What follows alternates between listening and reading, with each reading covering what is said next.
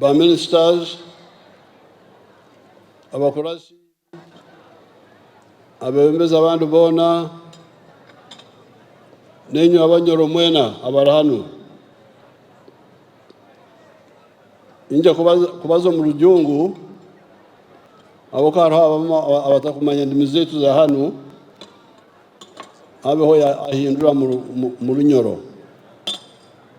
Who will translate?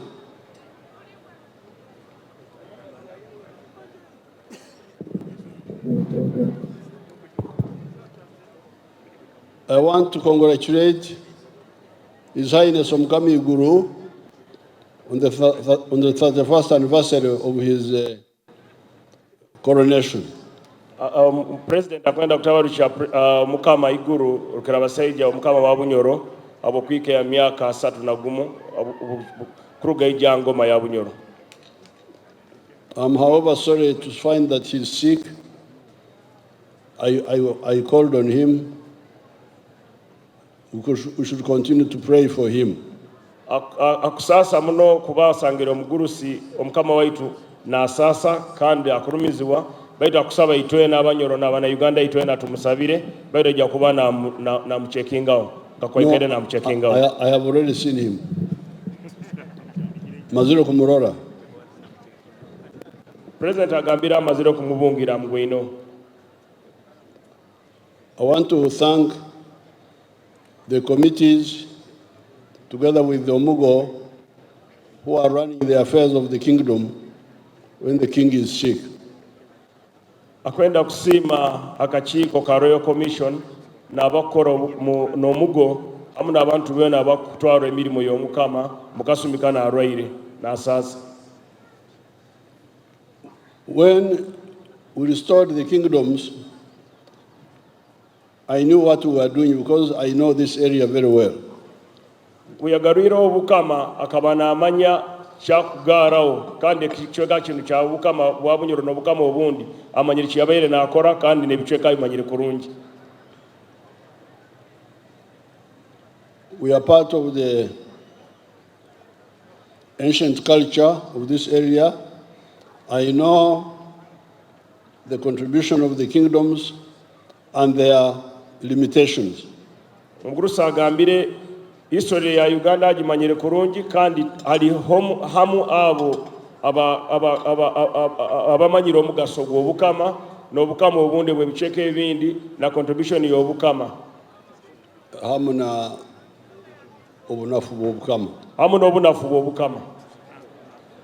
Obucheke. Hamu n'obucheke bw'obukama. The kingdoms, first of all, we had one kingdom of the Wachwezi, which united all of us for some time. Mukubanza tukabana obukama obw'Abachwezi bwonka nubo bwabaire obukama bwona itwena abantu kabatuli amu obukama bw'Abachwezi. Had succeeded in uniting a bigger part of Uganda. Kandi obukama bwa Buchwezi bukakora muno omulimo gwokuleta abana Uganda ebichweka bya Uganda ebiri hamu kubiteeka hamu.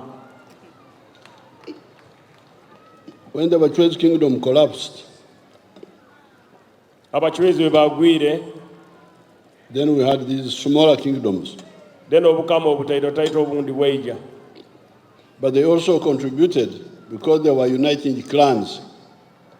Baitu nobo obukama obutaito mu bichweka bya Uganda byona bukutuyamba oba bukayamba kuba bukabani buleta hamu ebika ebika byaitu. Because there are some other parts of Africa where the clans were separate. Ntare ebichweka bya Africa ebindi ebika bikaba bitali hamu bitakunitinga. Bitakweteraniza. And that meant they were in constant war, those clans. So ebika ebi byakaragani birwana burwanambi. So at least the kingdoms united some of the clans. Obukama bukaleta hamu enganda zikuruga mu bichweka byona zabiteka hamu zabitaranizamu bafuko omuntu omu oba sayatemu bakalengaho okugaita ebika ebimu bakalengaho okugaita enganda ezindi zona. However, they also had weaknesses of fighting among themselves. baitu kandi nakyo kikejjamu obuzibu kuba enganda zikatandika kulwanangana. Osanga Buganda ne Rwanda na Bunyoro, Bunyoro ne Rwanda na Nkore, Nkore ne Rwanda na Rwanda, baikaro muntaro.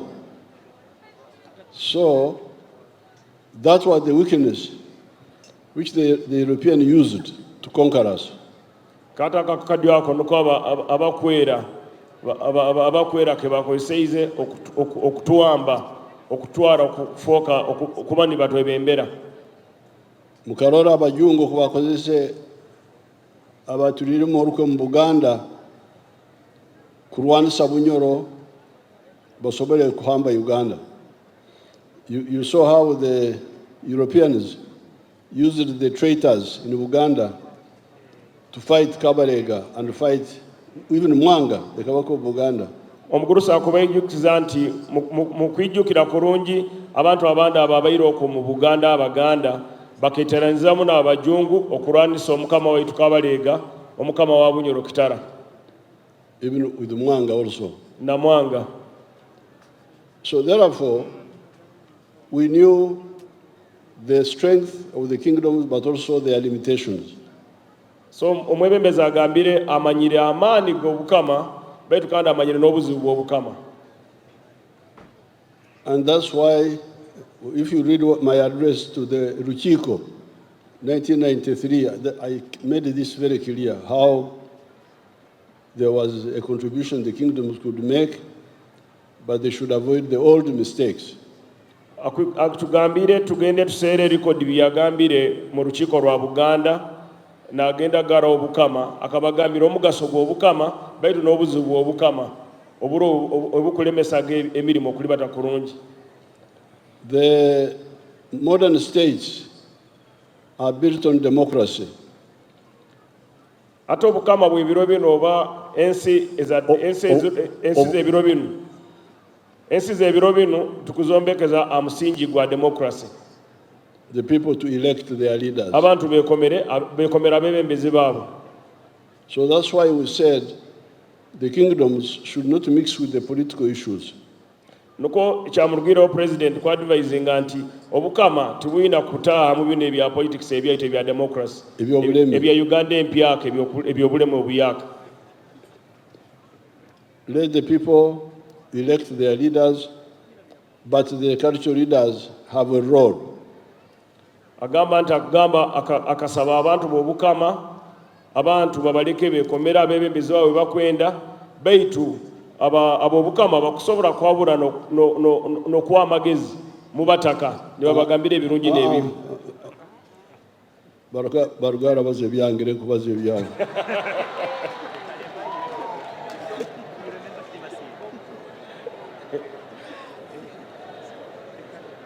Ogo musigaze nabaze ebye.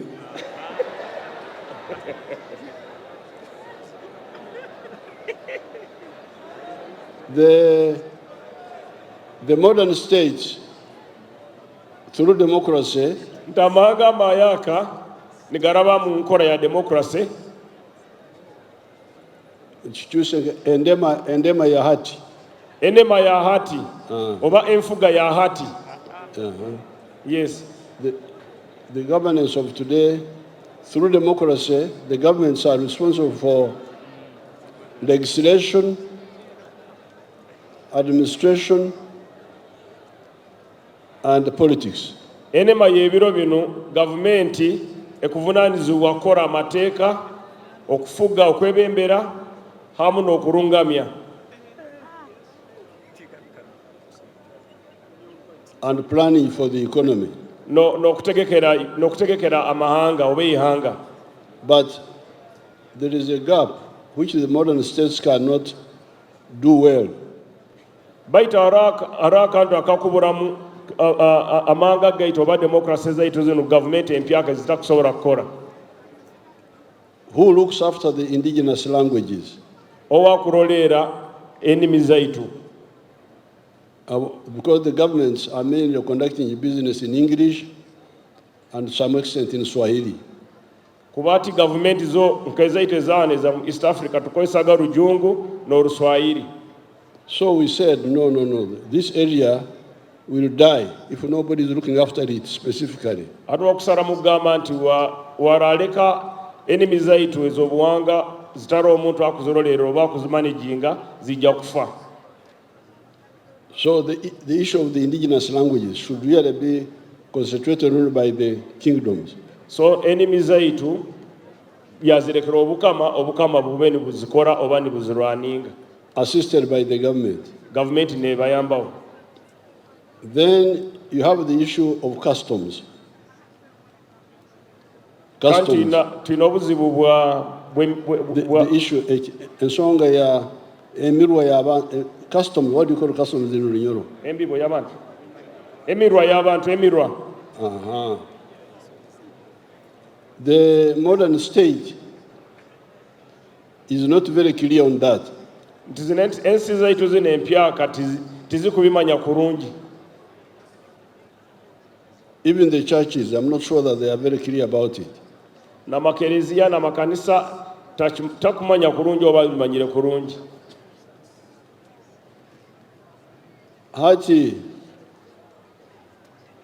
omu wekanisa wekerezia omu muzigiti aramanyata ngo musita taswera musita nibakimanya ekyo ati mugurusa akaguza ntaba father na ba reverend bakusora kuba batamanyire nti omusita taswera kuswera omusita.